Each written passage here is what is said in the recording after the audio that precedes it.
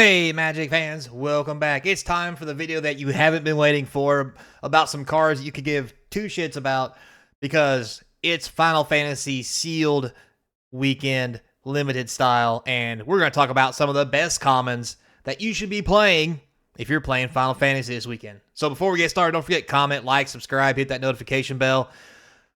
Just watch the videos. But if you want to be a YouTube member for $1 or so a month, you can be like my boy Sawyer, get you some sweet deals. You can also check the links in the descriptions for eBay TCG Player, where the box opening series cards go up for sale. Also down there's a link to the Otaku shop. Those guys are hitting it up anime style. Go get your sweet anime gear. Capnclydes is your 10% coupon code, or just use a link and it'll just dial you right in.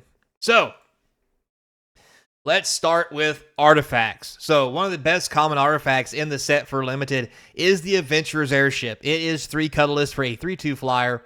It crews for 2. Yes, it is not Smuggler's Copter. However, it is as close as we're going to get, especially at common. I mean, this thing's a 3/2 that when it attacks, you get to draw a card and then discard. No, it doesn't have vigilance. No, it doesn't cost 2 mana. No, it's not a 3/3. No, it doesn't crew for 1. But it basically is in this format. I mean, a 3/2 flyer that lets you draw and discard for 3 colorless, I mean, it's not going to get much better. You should be playing it. The other artifacts you should be playing, Instant Ramen. It's not just what's for dinner. 2 colorless, flash. When the artifact enters, you get to draw a card, so it replaces itself. 2 mana, draw a card for any color. Starter. Start it in your deck. And for 2 colorless, you can sacrifice it to gain 3 life. Don't forget, this is an artifact-centric format.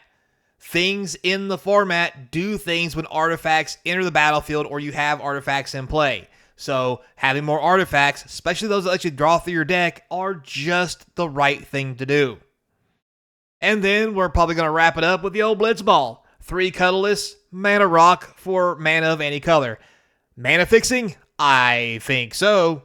And in this format, everything's freaking legendary. So when you don't need your mana rock anymore, or shit's gone south, you can swing at your opponent, punch them into John Thomas with a legendary, sacrifice your Blitzball, draw 2 cards.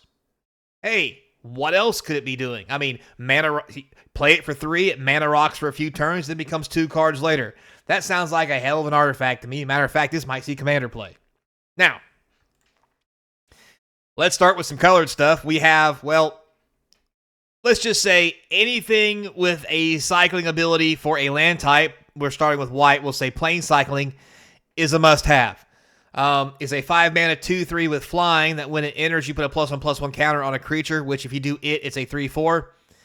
Is that really spicy? No, not really. However, a 2 mana go fetch a plains works great in limited. Because notice it's 2 colorless. You don't have to have a plains to fetch a plains. If you don't have a plains and this thing is in your hand and other white cards, you'd probably like to go get a plains. With that being said, there's one of these for every color. So let's just drop the thing right here. You probably should be playing at least 1, if not 2 of these if you have them for your colors. Because, well, I mean, worst case scenario, you don't need a land. And then you got a creature. So, yeah, kudos for you. All right, moving on to serious cards from white. We have the white Orsight, 2 white and 2 for a tap for a white mana artifact, basically a mana rock. But the thing here, not only is it a mana rock, it is also removal from non-land permanents. Now, granted, if they kill this, shit comes back to the battlefield. And there is shit to kill artifacts because this format's kind of heavy on them. However, this is still removal. People play all kinds of things to kill enchantments too, and guess what? Banishing Light's still the shit. So yeah. Also, if something's got counters on it or some other weird shit, it might go back into play, but at least all that shit falls off of it. So yeah, you should be playing this in white. Next, you have Choco and Mog. I mean, come on. 3 mana for a 3/3 at common. Already good. It's vanilla. Who cares? It dies after 4 turns. However, when other creatures you control get +1/+1 to end a turn, this is a small crusade with legs. And it's going to make all your other stuff bigger. And if you've got 4 or 5 of these on the battlefield, yeah, you get where I'm going. Like, this is just good at common. Now, also in white, we have Aerith Rescue Mission. So 1 white and 3, you get to choose one of these 2 effects. First effect, you create 3 1/1 heroes. 4 mana for basically 3 power, 3 toughness. Deal. Also, since they're 3 1/1s, they can chump block, keep you alive for the backswing. Or whatever you need to do with them. Second, tap up to 3 target creatures, put a stun counter on one of them.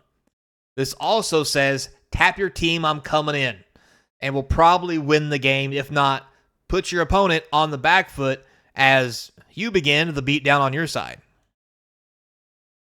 Now, next we have Weapons Vendor. This is probably one of the best white commons I've ever seen. It's a white and 3. When the creature enters, you draw a card, and it's a 2/2. Now, we've had cards like this before, but the big thing on this one, at the beginning of combat on your turn, if you control an equipment card, you may pay 1 colorless. 1 colorless. When you do, attach target equipment you control to target creature you control. This guy on the battlefield makes everything you have for artifacts that is equipment equip for 1. So all those really cool artifacts that take 5 or 6 to equip, no. Not with this guy hanging around. So if you're playing white and you got butt tons of artifacts, you definitely be playing him. If you're playing white and you don't have artifacts, a 4 mana 2/2 lets you draw a card. Still seems good. All right, so moving on. Next we have, how do you pronounce this name? It's a white and 1 for a 2/2. Already fine. However, it also has the ability to tap non-enchantment creatures. Now, a lot of enchantments running around that are creatures, like sagas and stuff, so that might not come as much as you want it to.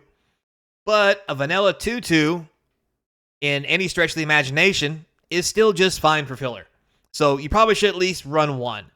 And if you don't need to run this in your deck, holy shit, have you got a bomb deck. So anyway. Next, we have green, Commune with the Beavers. I did it so much when I was in high school, wish I hadn't. Anyway, 1 green sorcery. Look at the top 3 cards of your library. Reveal an artifact, creature, or land. Put it into your hand, the rest on the bottom. This is the ultimate search card for green that lets you get whatever the hell you're looking for. I mean, artifact, creature, land. I mean, the only thing it doesn't get's enchantments. This is a crazy draw card for green for turn 1, 2, or any turn where you need to find something in particular, we'll say. You should be playing 2 or 3 of them. Next on common, we have the Airship Crash. So, green and 2 for an instant. This destroys an artifact, enchantment, or a creature of flying. Typical green removal, and the best thing, because there's lots of artifacts, enchantment creatures in the set, and flying creatures. So this basically kills almost anything except a creature that's normal. Plus, it has cycling, where you can draw a card with it. You don't get much better than this when it comes to removal that actually becomes good later, because if you can't cast it on anything, that's fine. I'll just draw a new card. Now, also in green, we have the Gigantoad.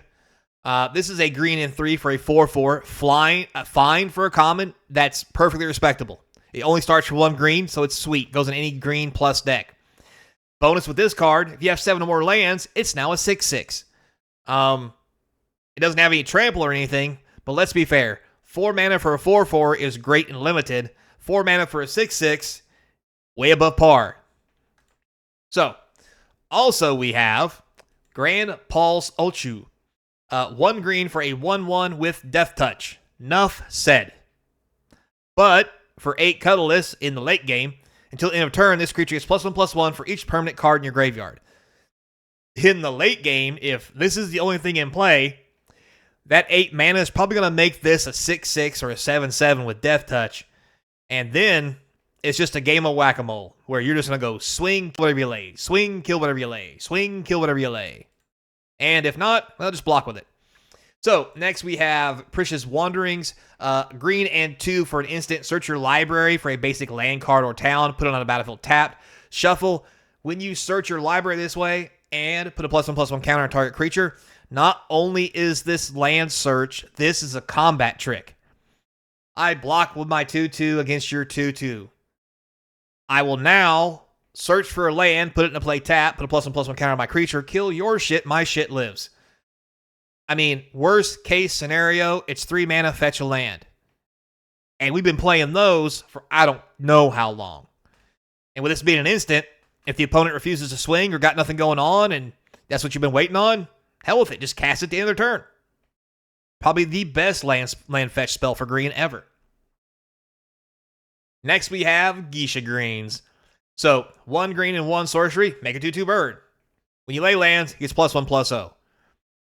Great vanilla card. It also has flashback. Yes, 7 mana for a 2/2 is horrendous. However, if you're paying 7 mana for a 2/2, that means you ain't got nothing else to do, and you wouldn't have that 2/2 otherwise. So, just go with that. Now, we have the Chocobo Kick, probably one of the best removal spells, green and 1. You return a land you control to its hand for a kicker. Now, if the target creature you control deals damage equal to its power target creature an opponent controls, if the spell was kicked, that creature you control deals twice as much. This can guarantee you to kill anything with any creature by just picking up a land. And let's be fair, it may stunt your land growth, but in mid-game, if you haven't laid a land yet, you can just Chocobo Kick somebody, pick up one of the lands you tapped, and then just lay it again untapped. No harm, no foul. Probably one of the best removal spells in green. All right, so moving on to black, we have Vengeance Limit Break, black and 1. It is tiered. So till end of turn, target creature you control gains when this creature dies, returns to the battlefield tapped or under control, which is already great to let you block and do a mutual kill and get your creature back, or to trigger another enter the battlefield trigger again. But also, you can change that creature's power and toughness to make sure that something dies. For 3 mana, it can become a 5/2, which I'm going to tell you will damn near kill anything. Will it die? Yes, it will. But guess what? It's going to come back anyway, so it doesn't matter. Also, if you're feeling frisky, you could literally cast this late game on your creatures to make it a 7/2 to kill your opponent. So, yeah. Moving on with black, we also have Resentful Revelation. Black and 1 sorcery. Look at the top 3 cards of your library, put one of them in your hand, the rest into the graveyard, flashback, black and 6. Probably one of the best draw spells for black. I mean, yeah, there's better ones you don't put stuff in your graveyard, but let's be honest. Sometimes you want stuff in your graveyard, and when you get to pick the 1 out of 3 that you don't want in your graveyard, sounds even better. So, also we have Cornered by Black Mages. So, 2 black and 1 sorcery. Target opponent sacrifices a creature of their choice. It's removal. And it gives you an 0/1 Black Wizard token. Yes, the 0/1 Black Wizard token is not going to do anything until you cast more non-creature spells. Imagine, if you will, you somehow have one of these in every one of your packs in sealed. You get 6 packs. You have 6 Cornered by Black Mages. You cast the first one. All right, your opponent kills something. You get an 0/1. You cast the second one. The opponent kills something. They take 1 damage from the 0/1, and now you have 2 of them. You cast the third one. The opponent kills another one of their creatures. Now they take 2 damage, and you have 3 Black Mages. Now, nothing's going on because you've killed everything they fucking own and love. You're just holding 2 more of these in your hand with 3 Black Mages sitting on the table, waiting for them to lay something juicy so you can kill it too and bolt your opponent. Like, in draft, if I could draft a whole deck, I'm not even lying, of like 40 of these, you just win. Because your opponent never has anything to kill you, and your Black Mages just raffle stomp the enemy every time they dare to put something on the battlefield. So, yeah.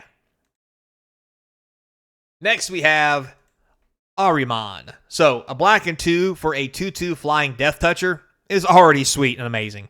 But the fact that for 3 colors, you can sacrifice another creature or artifact to draw a card. I mean, hey, I got a bunch of Black Mages sitting around. I'm going to have to block with one. Well, when I do, I'll go ahead and pay 3 mana to sacrifice it to draw a card so I can try to get something to kill whatever it is that's coming at me. Before I block with my Eye Horde to kill this other big nasty. Like, this can take a bad situation and level the playing field. Now, we go with red. We have the GF Afreet. Red and 2 for a 3/2. Great common card. Also, the first 2 Saga points lets you discard a card to draw. Nothing better than filtering your deck if you got a bunch of land in your opening hand. Later, it becomes a mana creature giving you 1 red. So, yeah. All right, also in red, we have this little gem, Thunder Magic. So 1 red, do 2 damage to target creature. Basic removal. Good in any deck. Everybody loves a good shock. It also has the option for 3 colorless extra to deal 4 damage to a target creature in case, shit gets ugly. And if shit really goes south for 2 red and 5, it'll deal 8 damage, which will kill anything. Anything. So yeah, probably a premium card to have in your red deck at common.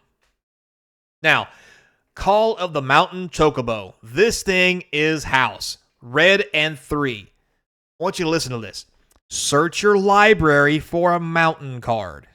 Reveal it, put it into your hand. Shuffle, create a 2/2 bird that has whenever a land comes in play, get +1/+0. This card says, we just seen a green one that says, get the same. There's a green one that does the exact same thing. The difference here, this one for 2 extra mana lets you fetch a land in red. Now, granted, it has to be a mountain, but let's be honest here.